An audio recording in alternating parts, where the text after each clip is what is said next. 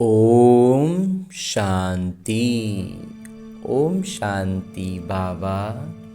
आज 12 मार्च 2025 है और आज हम अध्ययन करने जा रहे हैं परमपिता परमात्मा के अनमोल मधुर महावाक्यों को।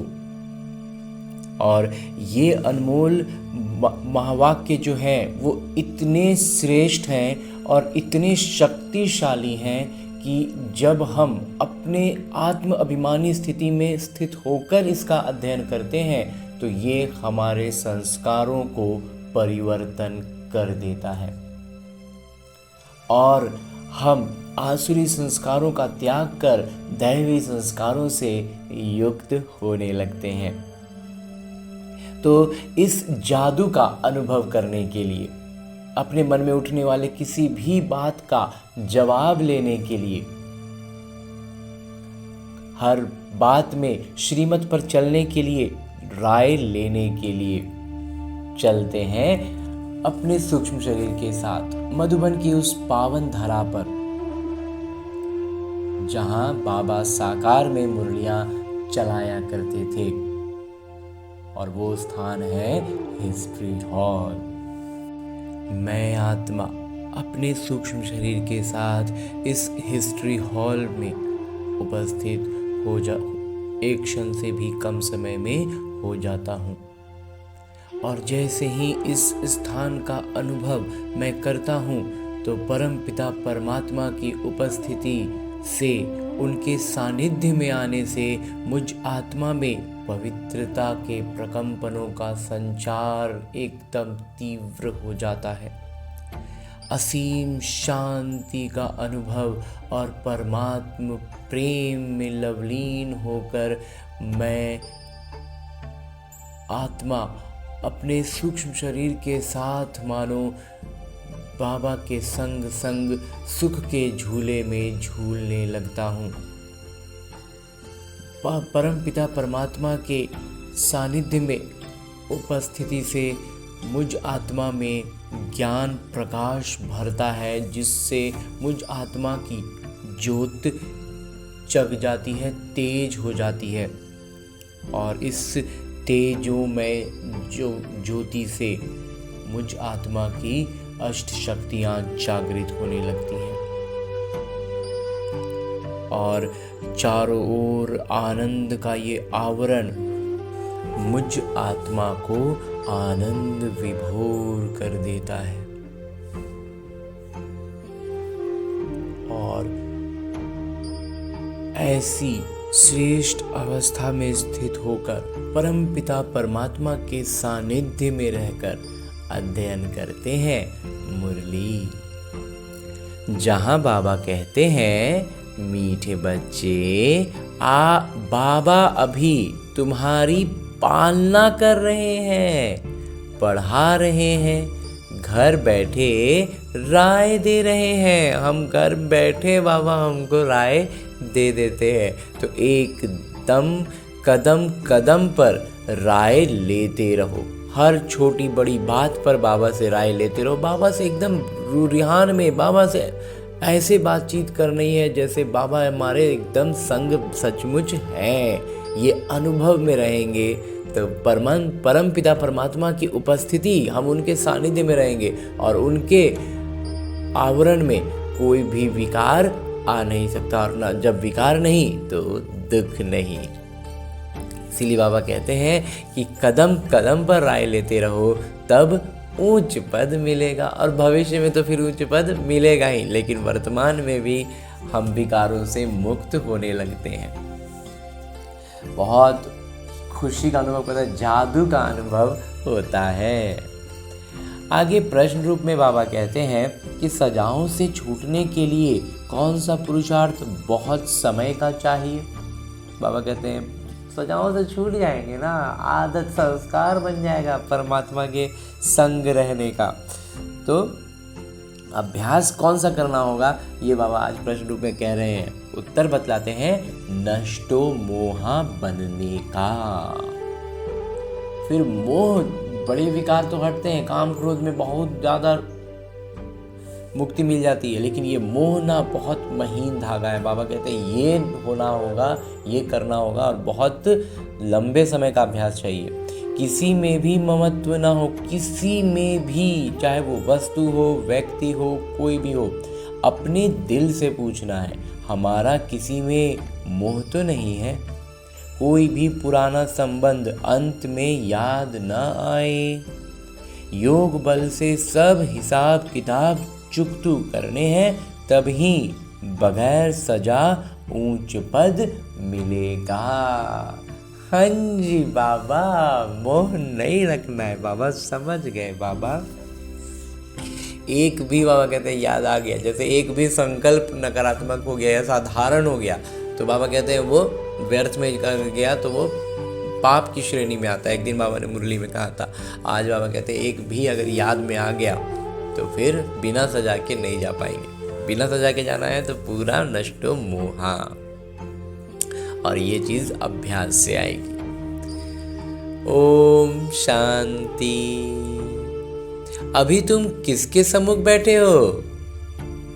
माता पिता के। बाबा भी कहना पड़े तो दादा भी कहना पड़े, माता है तो पिता भी है। बाबा भी इस दादा के द्वारा तुम्हारे सम्मुख बैठे हैं। बाहर में तुम रहते हो तो वहाँ बाबा को याद करना पड़ता है, चिट्ठी लिखनी पड़ती है। यहाँ तुम सम्मुख हो, बातचीत करते हो। किसके साथ बातचीत जो करते हैं वो किसके साथ? माता पिता के साथ।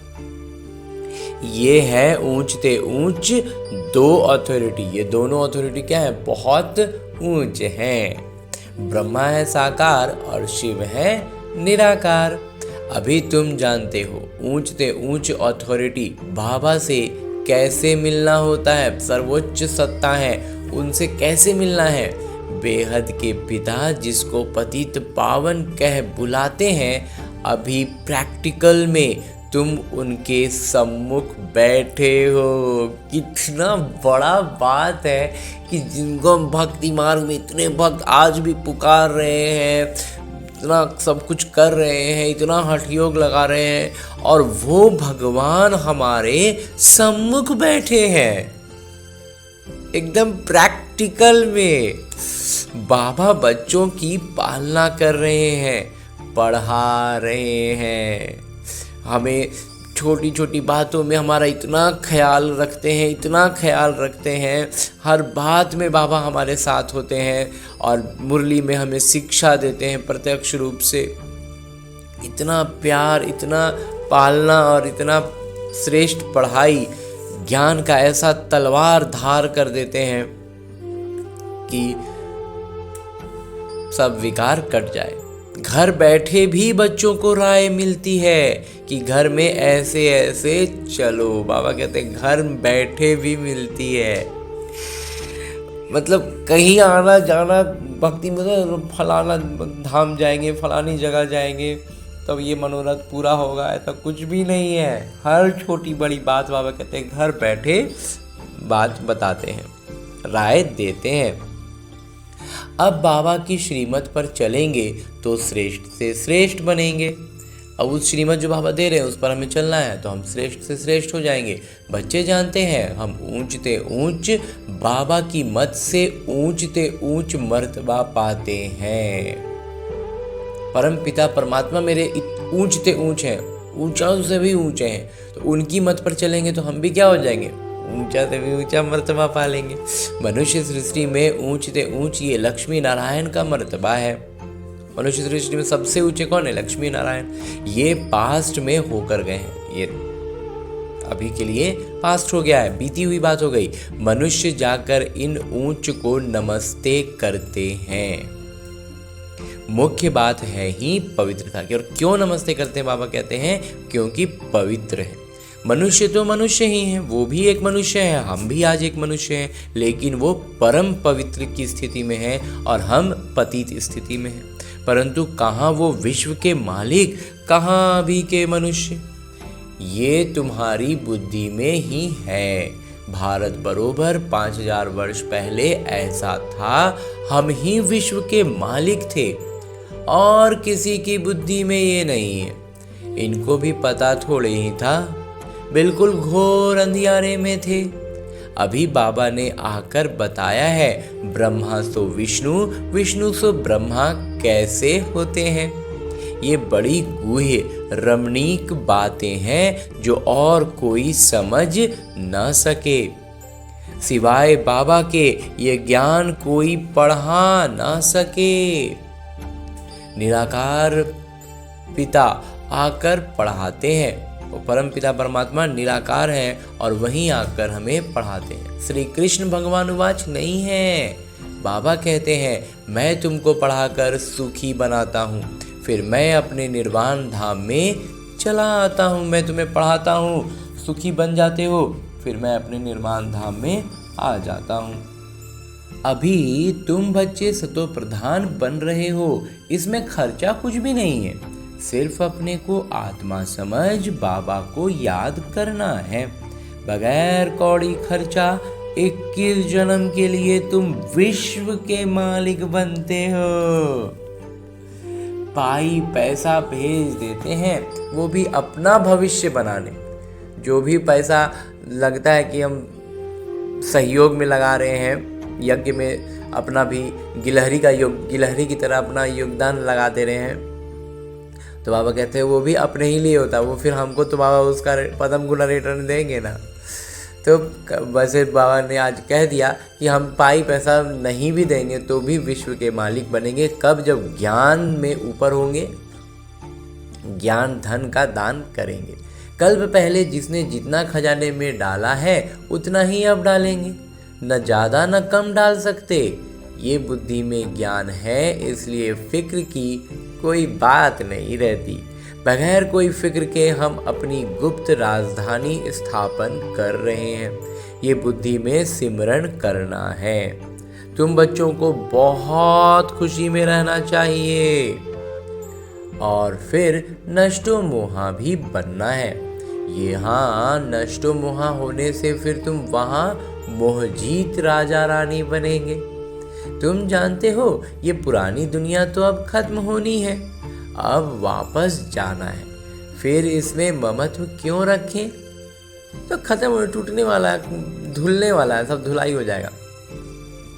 तो इसमें यहाँ ये कोई मतलब नहीं है। कोई बीमार होता है, डॉक्टर कह देते हैं केस होपलेस है, मतलब स्थिति बिल्कुल नाजुक हो गई है, अब उम्मीद नहीं है।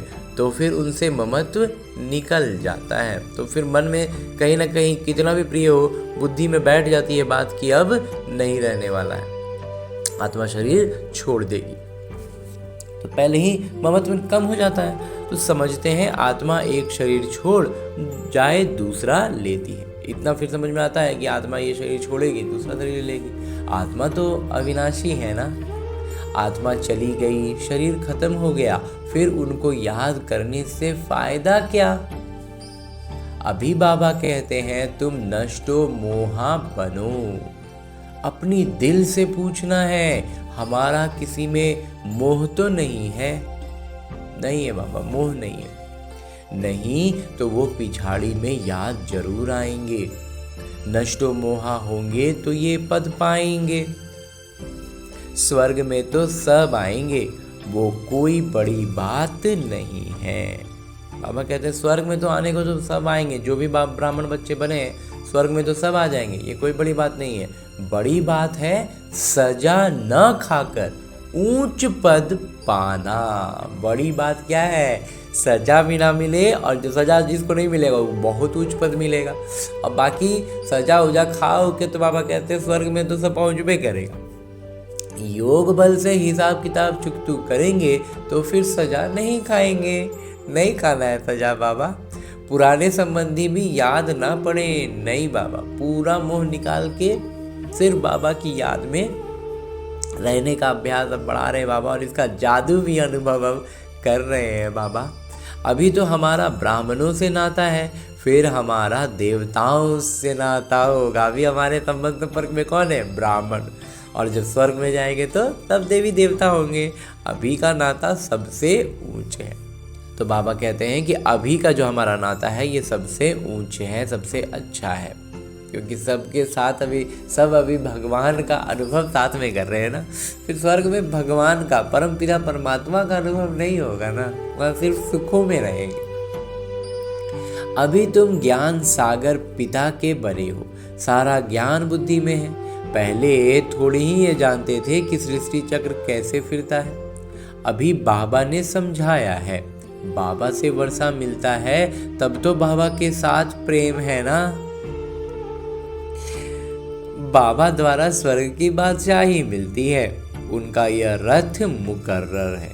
भारत में ही भागीरथ गाया हुआ है। बाबा आते भी भारत में है। तुम बच्चों की बुद्धि में अभी 84 जन्मों की सीढ़ी का ज्ञान है। तुम जान चुके हो ये 84 का चक्र हमको लगाना ही है। 84 के चक्र से छूट नहीं सकते। तुम जानते हो कि सीढ़ी उतरने में बहुत समय लगता है, चढ़ने में सिर्फ ये अंतिम जन्म लगता है, और उसमें भी उस स्थिति तक पहुंचने में जो समय लगे, जब स्थिति पहुंच जाएगी, वो उस पराकाष्ठा पर हमारी आत्मिक स्थिति होगी, तो एक क्षण में बाबा कहते हैं जीवन मुक्ति। तो बाबा कहते हैं चढ़ने में सिर्फ अंतिम जन्म लगता है। इसलिए कहा जाता है तुम त्रिलोकीनाथ त्रिकालदर्शी बनते हो। पहले तुमको ये पता था क्या कि हम त्रिलोकीनाथ बनने वाले हैं? बिल्कुल नहीं था बाबा, ये तो कल्पनाओं में भी नहीं था। भक्ति मार्ग में तो धक्के खा रहे थे। हम त्रिलोकीनाथ बनने वाले कहाँ से सोच भी नहीं सकते थे। अभी बाबा मिले हैं, शिक्षा दे रहे हैं, तब तुम समझते हो। हाँ जी बाबा, आप मिले, आपने ये ज्ञान दिया, तब तो समझ रहे हैं, नहीं तो कहाँ से समझ में आती बात। बाबा के पास कोई आते हैं, बाबा पूछते हैं पहले इस ड्रेस में, इसी मकान में कभी मिले हो? कहते हैं हाँ बाबा, कल्प कल्प मिलते हैं। तो समझा जाता है ब्रह्मा कुमारी ने ठीक समझाया है। अभी तुम बच्चे स्वर्ग के वृक्ष सामने देख रहे हो, नजदीक हो ना। मनुष्य पिता के लिए कहते हैं नाम रूप से न्यारा है। जो भक्ति में क्या कह देते हैं, भगवान का जो निराकार है तो वो नाम रूप से न्यारे हैं, अलग है, कुछ नहीं, उनका ना नाम है ना रूप है। तो फिर बच्चे कहाँ से आएंगे? वो भी नाम रूप से न्यारे हो जाएं। अक्षर जो कहते हैं बिल्कुल गलत। यही सब बातें बोल बोल के तो भक्ति में हम ऐसे उलझे हुए रहते थे कि मतलब एक बार इधर एक बार उधर एक बार इधर, परेशान हो जाता आदमी, कुछ पता ही नहीं चलते रहता है। जिन्होंने कल्प पहले समझा होगा उनकी ही बुद्धि में बैठेगा। प्रदर्शनी में देखो कैसे कैसे आते हैं। कोई तो सुनी सुनाई बातों पर लिख देते हैं कि ये सब कल्पना है, तो समझा जाता है ये अपने कुल के नहीं हैं, अनेक प्रकार के मनुष्य हैं। तुम्हारी बुद्धि में सारा वृक्ष नाटक 84 का चक्र आ गया है। अभी पुरुषार्थ करना है, वो भी नाटक अनुसार ही होता है। ड्रामा, बाबा कहते थे ड्रामा। बाबा ने अभी 2-4 दिन पहले मुरली में कहा था कि ये नाटक नहीं, नाटक में क्या किरदार बदल सकते हैं, लेकिन ड्रामा में बाबा कहते हैं मतलब एक तरह से बोले तो फिल्म की तरह है।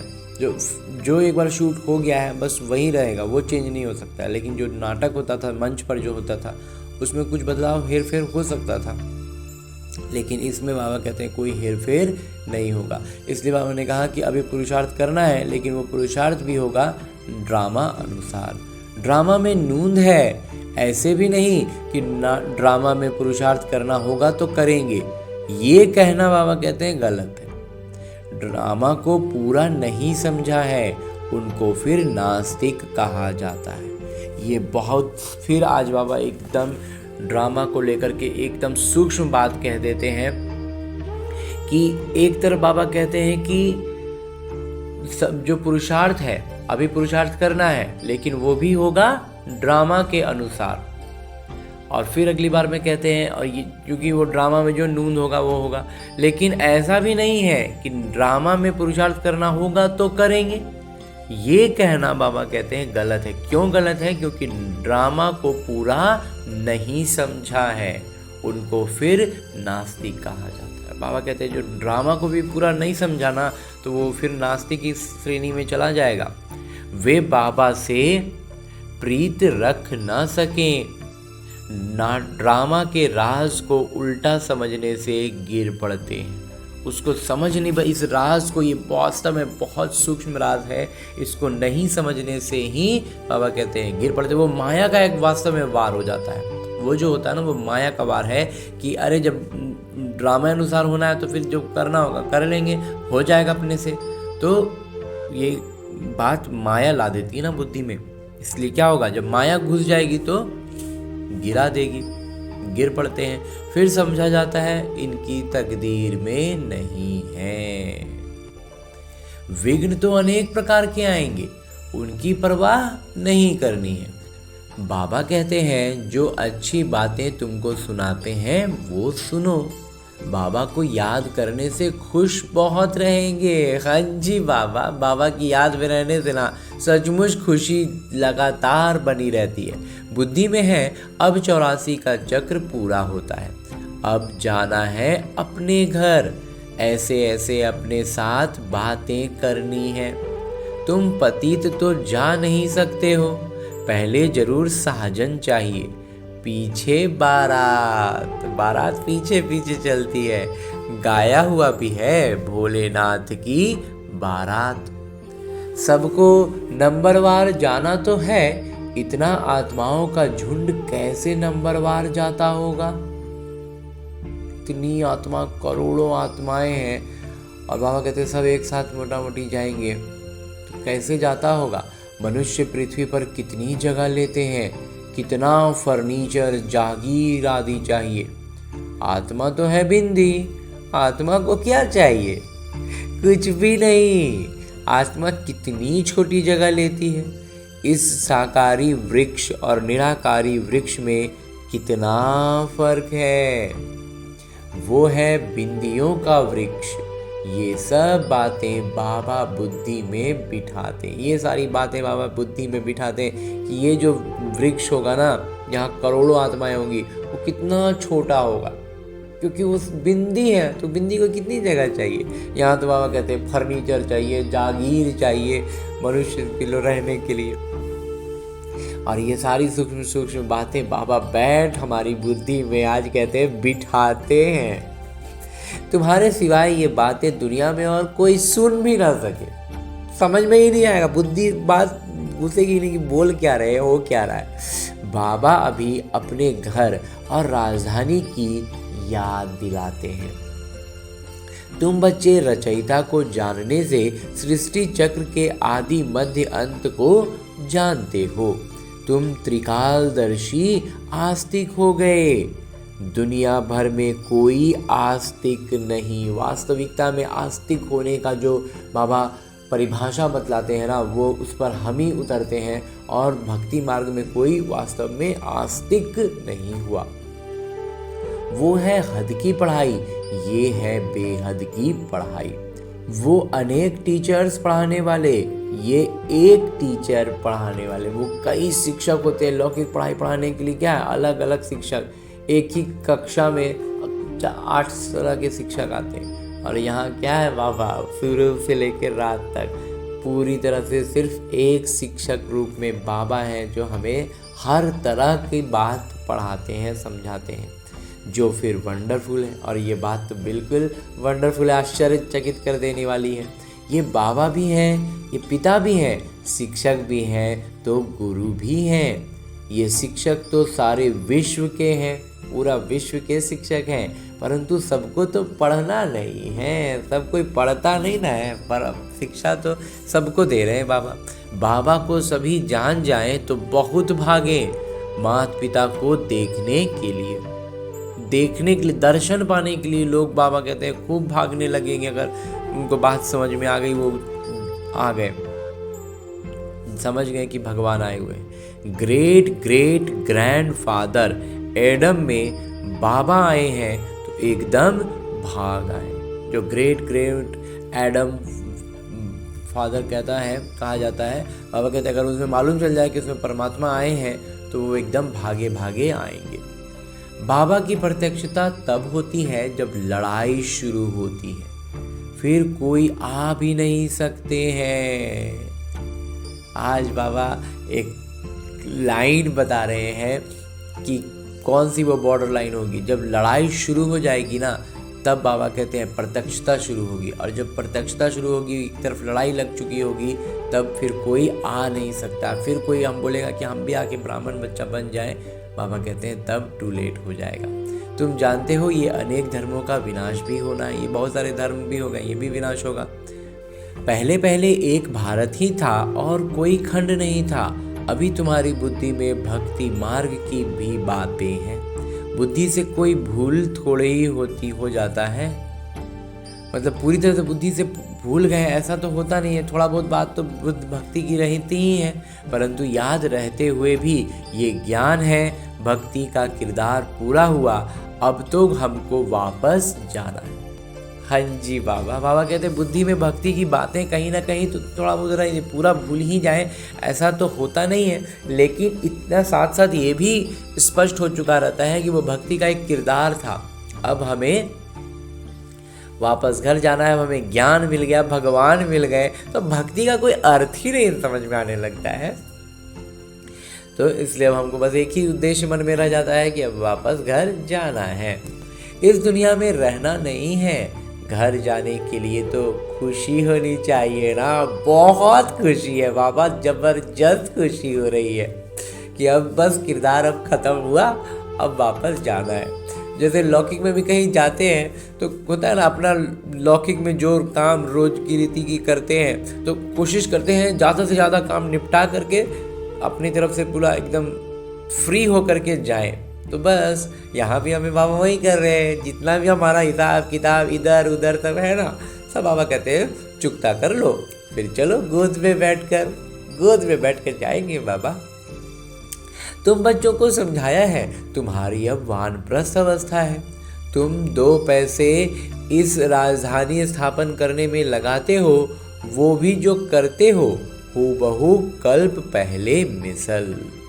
तुम भी हूबहू कल्प पहले वाले हो। तुम कहते हो बाबा आप भी कल्प पहले वाले हो, हम कल्प बाबा से पढ़ते हैं। श्रीमत पर चल श्रेष्ठ बनना है। ये बातें और कोई की बुद्धि में नहीं होंगी। तुमको ये खुशी है कि हम अपनी राजधानी स्थापन कर रहे हैं। श्रीमत पर राजधानी स्थापन थोड़ी हो रही है, श्रीमत पर हो रही है। बाबा सिर्फ कहते हैं पवित्र बनो। सबसे आधारभूत बात सारी ज्ञान की वो है पवित्रता। पवित्र बनो। तुम पवित्र बनेंगे तो सारी दुनिया पवित्र बनेगी, सब वापस चले जाएंगे। बाकी और बातों की हम फिक्र ही क्यों करें, और क्या कैसे क्या बाबा कहते उस सब में सोचना ही, उसमें मंथन ही नहीं करना है। जैसे कैसे सजा खाएंगे, क्या होगा, इसमें हमारा क्या जाता है। कैसे सजा खाएगा, क्या होगा, कैसे होगा, बाबा कहते उसमें माथा नहीं लगाओ। हमको अपना फिक्र करना है, और धर्म वालों की बातों में हम क्यों जाएं। हाँ जी बाबा, हम हैं आदि सनातन देवी देवता धर्म के। वास्तव में इनका नाम है, फिर हिंदुस्तान नाम रख दिया। वास्तव में इस देश का नाम क्या है, आदि सनातन देवी देवता धर्म का भारत है, तो इसका नाम बाद में सब हो गया, हिंदुस्तान रख दिया। हिंदू कोई धर्म नहीं है, बाबा कहते हैं हिंदू कोई धर्म वास्तव में है ही नहीं। वो बाहर से जो लोग आए और हमारी अवस्था श्रेष्ठ नहीं थी, हम काफ़ी नीचे स्थिति में आ चुके थे, तो उनके प्रभाव से हमको मतलब बदल दिया और हम हिंदू पकड़ लिए, लेकिन वास्तव में ये धर्म हमारा है ही नहीं। हम लिखते हैं कि हम देवता धर्म के हैं, तो भी वो हिंदू लिख देते हैं, क्योंकि जानते ही नहीं कि देवी देवता धर्म कब था। कोई भी समझते नहीं है, उसको समझते नहीं है, सोचते कि हाँ मेन तो हिंदू ना है, उसके बाद देवी देवता, हिंदू धर्म में देवी देवता थे। ये बात बुद्धि में है ही नहीं कि देवी देवता ही धर्म है, देवता ही धर्म है। हिंदू धर्म बाद में घुमा फिरा के हमें पकड़ा दिया गया। वास्तव में ये हमारा कुछ है ही नहीं, कोई भी समझते नहीं है। अभी इतने ब्रह्मा कुमार कुमारी हैं, ये तो परिवार हो गई है ना, घर हो गया है ना। ब्रह्मा तो है प्रजापिता, सबके ग्रेट ग्रेट ग्रैंडफादर। तो पहले पहले तुम ब्राह्मण बनते हो, फिर वर्णों में आते हो। बाबा कहते सबसे पहले तो ब्राह्मण वर्ण में आए, फिर बाकी वर्णों में आएंगे। तुम्हारा ये कॉलेज अथवा यूनिवर्सिटी भी है, हॉस्पिटल भी है, ये हमारा जो ज्ञान लेने का ये जो स्थान है, बाबा कहते हैं ये विश्वविद्यालय भी है, अस्पताल भी है। गाया जाता है ज्ञान अंजन सतगुरु दिया, अज्ञान अंधेर विनाश। तो ये वो स्थान है जहाँ पर भगवान हमें जो दुखों से हमारा इलाज करके हमें सुखी बना देते हैं, अज्ञान राह से हमें निकाल कर ज्ञान राह मिला। इसीलिए ये विश्वविद्यालय भी है और अस्पताल भी है। योग बल से तुम सर्वदा स्वस्थ और समृद्ध बनते हो। नेचर क्योर कराते हैं ना, एक पद्धति होती है ना नेचर क्योर, नेचुरोपैथी जिसको कहते हैं, बाबा कहते हैं वो कराते हैं। अभी तुम्हारी आत्मा क्योर होने से फिर शरीर भी क्योर हो जाएगा। अभी हमारा आत्मा में प्योरिटी आएगी ना, पवित्रता आएगी, ज्ञान को समझ जाएंगे, कर्मों का हिसाब किताब समझ में आ जाएगा, तो बाबा कहते हैं फिर शरीर भी क्योर हो जाएगा, पूरा हो जाएगा अच्छा निरोगी। ये है स्पिरिचुअल नेचर क्योर। वो क्या होता है, प्रकृति पर आधारित शरीर को देखते हैं कि शरीर तो प्रकृति का बना है, तो प्रकृति के आधार से उसको जोड़ते हैं और इलाज की पद्धति, उपचार की पद्धति लगाते हैं। लेकिन बाबा कहते हैं ये वास्तव में शरीर क्या है, हमारी आत्मा की स्थिति का भौतिक अभिव्यक्ति है, व्यक्त हुआ है शारीरिक रूप से, प्रकृति के रूप में जो है वो हमारी आत्मा की स्थिति व्यक्त हो रही है। फिर हमारी शरीर की स्थिति चाहे छोटी से बड़ी, रंग का गोरा काला होना, लंबाई का छोटा बड़ा होना, मोटा पतला होना, सारा चीज़ जो है ना ये आत्मा की स्थिति का ही परिचायक है। इसलिए यहाँ पर हम नेचर को पकड़ करके उसको ठीक कर रहे हैं, लेकिन वास्तव में क्या है, ये आत्मा की स्थिति का परिचायक है। आत्मा की स्थिति श्रेष्ठ हो जाएगी, शरीर एकदम देवताई हो जाएगा। हेल्थ वेल्थ हैप्पीनेस, स्वस्थ समृद्धि और खुशी 21 जन्मों के लिए मिलती है। ऊपर में नाम लिख दो, रूहानी नेचर की ओर। और कहते हैं यहाँ स्पिरिचुअल है, आध्यात्मिक रूप से, प्राकृतिक रूप से क्योर होता है, उपचार होता है, अस्पताल है ना। तो मनुष्यों को पवित्र बनाने की युक्तियाँ लिखने में कोई हर्जा नहीं है। बाबा कहते हैं पवित्र बनाने के लिए, बाबा कहते हैं युक्ति अगर कुछ है तो उसमें कोई हर्जा नहीं है। आत्मा ही पतित बनी है तब तो बुलाते हैं ना। आत्मा पहले से तो प्रधान पवित्र थी, फिर अपवित्र बनी है। फिर पवित्र कैसे बने, भगवान वाच मन मना भव। मुझे याद करो तो मैं गारंटी करता हूं तुम पवित्र हो जाएंगे। बाबा कितनी युक्तियां बतलाते हैं, ऐसे ऐसे बोर्ड लगाओ, परंतु कोई ने भी ऐसे बोर्ड लगाया नहीं है। बाबा कहते हैं युक्तियां लगानी है कि बाबा हमें पवित्र बना देंगे, गारंटी है, बस हमें उनकी याद में रहना है। तो ऐसा बोर्ड कोई लगाए नहीं है। चित्र मुख्य रखे हो, मुख्य चित्र बाबा कहते हैं सभी सेवा केंद्रों पर रखे हुए हैं। अंदर कोई भी आए तो बोलो तुम आत्मा परम धाम में रहने वाली हो। यहाँ ये अंग मिले हैं किरदार निभाने के लिए, ये किरदार निभाने के लिए हमें ये शरीर, ये अंग मिले हैं। ये शरीर तो विनाशी है ना। बाबा को याद करो तो विकर्म विनाश हो जाएंगे, और विकर्म विनाश होंगे तो शरीर फिर उतना ही पवित्र पावन होगा। अभी तुम्हारी आत्मा अपवित्र है, फिर पवित्र बनो तो घर चले जाएंगे। तब पहले घर जाएंगे, ये पुराना शरीर का, ये पूरी प्रकृति भी जो थोड़ी तमो प्रधान हो गई है वो भी पूरी एक बार साफ सुथरी धुल के तैयार हो जाएगी। तब फिर बाबा कहते हैं स्वर्ग में पांव रखेंगे देवी देवताएं। समझाना तो बहुत सहज है, जो कल्प पहले वाला होगा वहीं आकर फूल बनेंगे। फूल कौन बनेंगे? जो कल्प पहले बने हैं। इसमें डरने की कोई बात नहीं है। तुम तो अच्छी बात लिखते हो, वो गुरु लोग भी मंत्र देते हैं ना। बाबा भी मन मना भव का मंत्र दे फिर रचयिता और रचना का राज समझाते हैं। गृहस्थ व्यवहार में रहते सिर्फ बाबा को याद करो। बाबा ने कहा दूसरों को भी परिचय दो, लाइट हाउस भी बनो। दूसरों को सिर्फ परिचय देना है, सिर्फ परिचय ही नहीं देना है बल्कि लाइट हाउस बनने का मतलब जहाँ पर भी कहीं वो ऊपर नीचे हो रहे हो तो वहाँ अपनी स्थिति को संभालते हुए उनकी मदद भी करनी है, उन्हें रास्ता दिखाने में सहयोग करना है। तुम बच्चों को देही अभिमानी बनने की बहुत गुप्त मेहनत करनी है। जैसे बाबा जानते हैं मैं आत्माओं को पढ़ा रहा हूँ, ऐसे तुम बच्चे भी आत्म अभिमानी बनने की मेहनत करो। जैसे बाबा तो पूरी तरह से बाबा को मालूम है कि हम आत्माओं को पढ़ा रहे हैं, पढ़ाने के लिए शरीर का साधन लिए हैं, लेकिन पढ़ा तो आत्माओं को रहे हैं। हमें भी निरंतर ये अपनी आत्माभिमानी स्थिति बनानी है कि मैं आत्मा हूँ। मुख से शिव शिव भी कहना नहीं है, मुख से नहीं जपना है। अजपा जाप बाबा कहते हैं। अपने को आत्मा समझ बाबा को याद करना है, क्योंकि सिर पर पापों का बोझा बहुत है। बाबा कहते हैं सिर पर ना पापों का बहुत बोझ है, इसलिए इसको हटाने का एक ही तरीका है जो बाबा हमें बार बार बताते रहते हैं।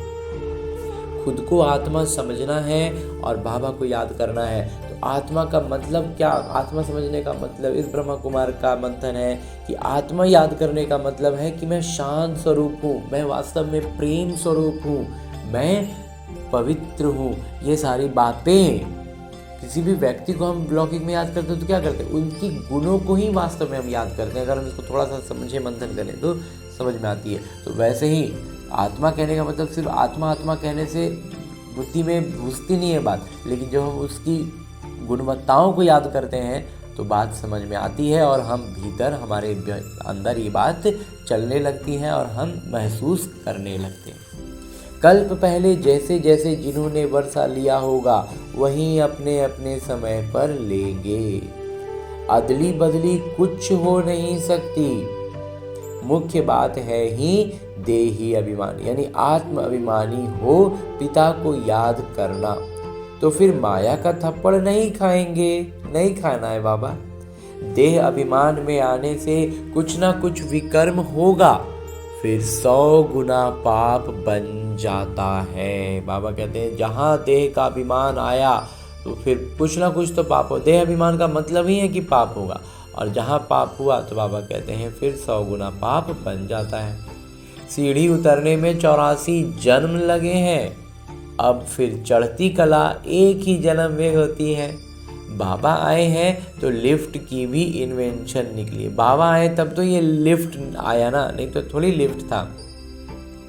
पहले तो कमर को हाथ देकर सीढ़ी चढ़ते थे, पहले लिफ्ट तो बाबा आकर दे रहे हैं। जब बाबा नहीं आए थे तो लिफ्ट था नहीं, तो लौकिक सीढ़ी भी और भक्ति की सीढ़ी भी क्या करते हैं? कमर पर हाथ रख के थक रहे हैं, मुश्किल लग रहा है, फिर भी कर रहे हैं, चढ़ रहे हैं। अभी बाबा कहते हैं कोई मुश्किल नहीं है, एक क्षण में लिफ्ट से ऊपर चलो।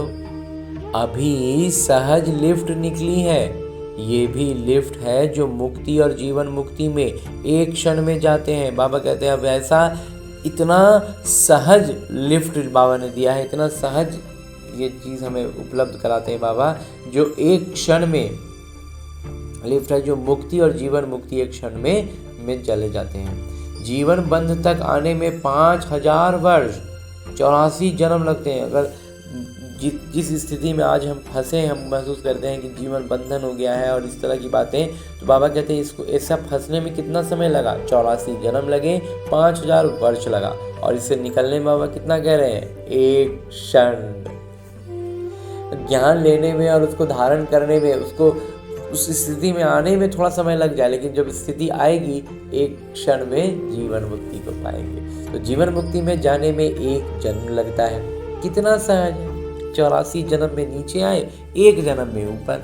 तुम्हारे से भी जो पीछे आएंगे वो भी झट चढ़ जाएंगे।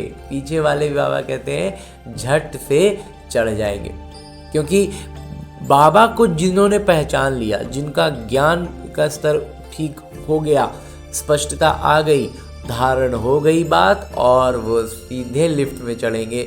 इसलिए जन्म तो एक लगता है, क्योंकि ज्ञान को समझने में, उसको धारण करने में थोड़ा सा, संस्कारों के विरुद्ध जाने में थोड़ा सा वक्त लगता है। इसलिए बाबा कह रहे हैं एक जन्म लगता है, लेकिन वास्तव में जो जीवन मुक्ति होती है ना, वो एक क्षण में मिल जाता है। समझते हैं कोई खोई चीज़ बाबा देने आए हैं, उनकी मत पर जरूर चलेंगे। तो जब बाबा हमें हमारी स्वर्ग की बादशाही हमें देने आए हैं, तो उनकी मत पर हम कैसे नहीं चलेंगे? चलना ही है बाबा। अच्छा, मीठे मीठे सिकिलते बच्चों प्रति माता पिता बाबा का याद प्यार और आशीर्वाद। रूहानी बाबा की रूहानी बच्चों को नमस्ते। हम रूहानी बच्चों की ओर से रूहानी माता पिता को याद प्यार और प्रणाम। धन्यवाद बाबा, धन्यवाद। मुरली के लिए भी धन्यवाद, और इस अनूठे अलौकिक ब्राह्मण जीवन के लिए भी बहुत बहुत बहुत धन्यवाद बाबा, बहुत धन्यवाद। आगे आज की मुरली से लिए गए वो प्रमुख बिंदु हैं जिन्हें हमें अपने ब्राह्मण जीवन में धारण करने हैं। और ब्राह्मण सो फरिश्ता, फरिश्ता सो देवता बनना है। और उसके लिए जो सबसे पहली बिंदु है वो है बगैर कोई फिक्र चिंता के, कोई भी चिंता के किए बगैर अपनी गुप्त राजधानी श्रीमत पर स्थापन करनी है। विघ्नों की परवाह नहीं करनी है। बुद्धि में रहे कल्प पहले जिन्होंने मदद की है वो अभी भी अवश्य करेंगे। फिक्र की बात नहीं, कोई चीज़ का फिक्र चिंता नहीं करना है। बाबा कहते हैं कि जो उन्होंने किया वो करेंगे ही। दूसरा है सदा खुशी रहे कि अभी हमारी वानप्रस्थ अवस्था है, हम वापस घर जा रहे हैं। आत्माभिमानी बनने की बहुत गुप्त मेहनत करनी है, कोई भी विकर्म नहीं करना है। बाबा कहते हैं आत्माभिमानी बनने की जो मेहनत है, ये जो पुरुषार्थ है, ये जो अभ्यास है, ये बहुत गुप्त रीति से करना है। इसको हल्ला थोड़ी करना है कि हम ये कर रहे हैं वो कर रहे हैं। हमारी स्थिति में परिवर्तन आता जाएगा, बाहर झलकता जाएगा। हाँ जी बाबा। और आगे मेरे बाबा वरदान दे रहे हैं। वरदान देते हुए मेरे बाबा कहते हैं किसी भी विकराल समस्या को शीतल बनाने वाले संपूर्ण निश्चय बुद्धि भव। निश्चय बुद्धि संपूर्ण रूप से होगा तो बाबा कहते हैं विकराल समस्या भी शीतल बन जाएगी। विस्तार से बाबा कहते हैं कि जैसे बाबा में निश्चय है वैसे स्वयं में और नाटक में भी संपूर्ण निश्चय हो। बाबा कहते हैं जैसे बाबा पर निश्चय एकदम अटल हो गया है, ऐसे ही स्वयं में भी हो और नाटक में भी संपूर्ण निश्चय हो। स्वयं में यदि कमजोरी का संकल्प उत्पन्न होता है, बाबा कहते हैं स्वयं के बारे में तो कई बार कमजोरी के संकल्प आते हैं, लेकिन अगर अब बाबा कहते हैं ऐसा होता है तो कमजोरी के संस्कार बन जाते हैं। इसलिए व्यर्थ संकल्प रूपी कमजोरी के जर्म्स अपने अंदर प्रवेश होने नहीं देना। बाबा कहते हैं ये कमजोरी जो है ना, जर्म्स है, जो आज की लौकिक भाषा बच्चे समझते हैं उसी भाषा में बाबा कहते हैं ये जो व्यर्थ संकल्प रूपी कमजोरी का जर्म्स है, कीटाणु है। ये कमजोरी वाला व्यर्थ संकल्प जो होता है ना, ये बाबा कहते हैं ये कीटाणु है और इन कीटाणुओं को भीतर प्रवेश होने नहीं देना। साथ साथ जो भी नाटक की सीन देखते हो, हलचल की सीन में भी कल्याण का अनुभव हो। कितना भी हलचल की स्थिति वाला हो वातावरण, लेकिन बाबा कहते हैं हमें उसमें क्या दिखाई देता रहे? कल्याण। वातावरण हिलाने वाला हो, समस्या विकराल हो, लेकिन सदा निश्चय बुद्धि विजयी बनो तो विकराल समस्या भी शीतल हो जाएगी। कोई भी समस्या, कैसी भी परिस्थिति, पापा कहते हैं स्वयं पर निश्चय, एक भी संकल्प व्यर्थ नहीं। तो व्यर्थ का संकल्प का ये जो कीटाणु, आज बाबा ने इसको नाम दिया है, कीटाणु अंदर नहीं जाए। जब ये कीटाणु अंदर नहीं होगा, स्वयं पर निश्चय, बाबा पर निश्चय, ड्रामा पर निश्चय, वो हिलाने वाला परिस्थिति होगा, हलचल वाली परिस्थिति होगी, हमें उसमें पूरी तरह से कल्याण ही कल्याण नजर आए। हमारी सोच, नज़रिया, बुद्धि सब कुछ दैवी हो, कोई फर्क न पड़े। तो बाबा कहते हैं हम निश्चय बुद्धि विजयी बन ही जाएंगे, विजयी हैं। हाँ जी बाबा। और आगे स्लोगन है, मुरली का उपदेश है कि जिसके पिता और सेवा से प्यार है, जिन बच्चों का पिता से और सेवा से प्यार है, उसे परिवार का प्यार स्वतः मिलता है। हाँ जी बाबा। और परम पिता परमात्मा से इतना श्रेष्ठ ज्ञान मुरली सुनने के बाद अब बाबा इसी अव्यक्त स्वरूप में स्थित होकर एक इशारा भी देते हैं। और इन इशारों के लिए बाबा ने एक श्रीमत दी है जो पूरे महीने के लिए है। वो है कि सत्यता और सभ्यता रूपी संस्कृति को अपनाओ। तो इस संस्कृति को अपनाने के लिए आज के लिए बाबा ने जो इशारा दिया है वो है कि जैसे परमात्मा एक है, ये सभी भिन्न भिन्न धर्म वालों की मान्यता है। हर धर्म वाले ये मानते हैं कि परमात्मा कोई है जो एक है, सर्वोच्च है। ऐसे यथार्थ सत्य ज्ञान एक ही बाबा का है अथवा एक ही रास्ता है। ये आवाज़ जब बुलंद हो तब आत्माओं का अनेक तिनकों के सहारे तरफ भटकना बंद हो। बाबा कहते हैं जैसे भी मानते हैं कि सर्वोच्च सत्ता कोई एक है, परमात्मा कोई एक है, ऐसे यथार्थ रूप से इस सत्य ज्ञान को समझ लें, ये पिता को पहचान लें कि यही एक पिता है, यही रास्ता है। ये बात जब बुलंद होगी तब बाबा कहते हैं ये इनका भटकना बंद होगा। अभी कुछ दिन पहले की मुरली में बाबा ने कहा था सब के सब कहेंगे यही है, यही है, यही है, यही एक है। तो अभी यही समझते हैं कि ये भी एक रास्ता है। अभी तक लोगों के मन में क्या है, ठीक है इतने सारे लोग, इतने सारे धर्म सब भगवान तक जाने का रास्ता बता रहे हैं, ये भी ब्रह्मा कुमारी भी क्या कर रहे हैं, ये भी एक रास्ता बता रहे हैं। लेकिन ये बात जब उनको समझ में आ जाए कि ये रास्ता नहीं है, ये सीधा सीधा भगवान है, तब इनका भटकना बंद हो। अच्छा रास्ता है, लेकिन आखिर भी एक पिता का एक ही परिचय, एक ही रास्ता है। बाबा कहते हैं अभी तक रास्ता मान रहे हैं, अच्छा रास्ता मान रहे हैं, लेकिन बाबा कहते हैं आखिर भी एक पिता का एक ही परिचय, एक ही रास्ता है। लेकिन वास्तव में क्या है, वो पिता एक है तो उनका रास्ता भी एक ही है। हमने ये रावण की मत पर चल चल के इतना रास्तों में हम बट गए हैं। ये सत्यता के परिचय की व सत्य ज्ञान के शक्ति की लहर फैलाओ। अब कहते इस सत्यता का परिचय देना है अब हमें, और सत्य ज्ञान का शक्ति का लहर फैलाना है। बाबा कहते हैं तब प्रत्यक्षता के झंडे के नीचे सर्वात्माएं सहारा ले सकेंगी।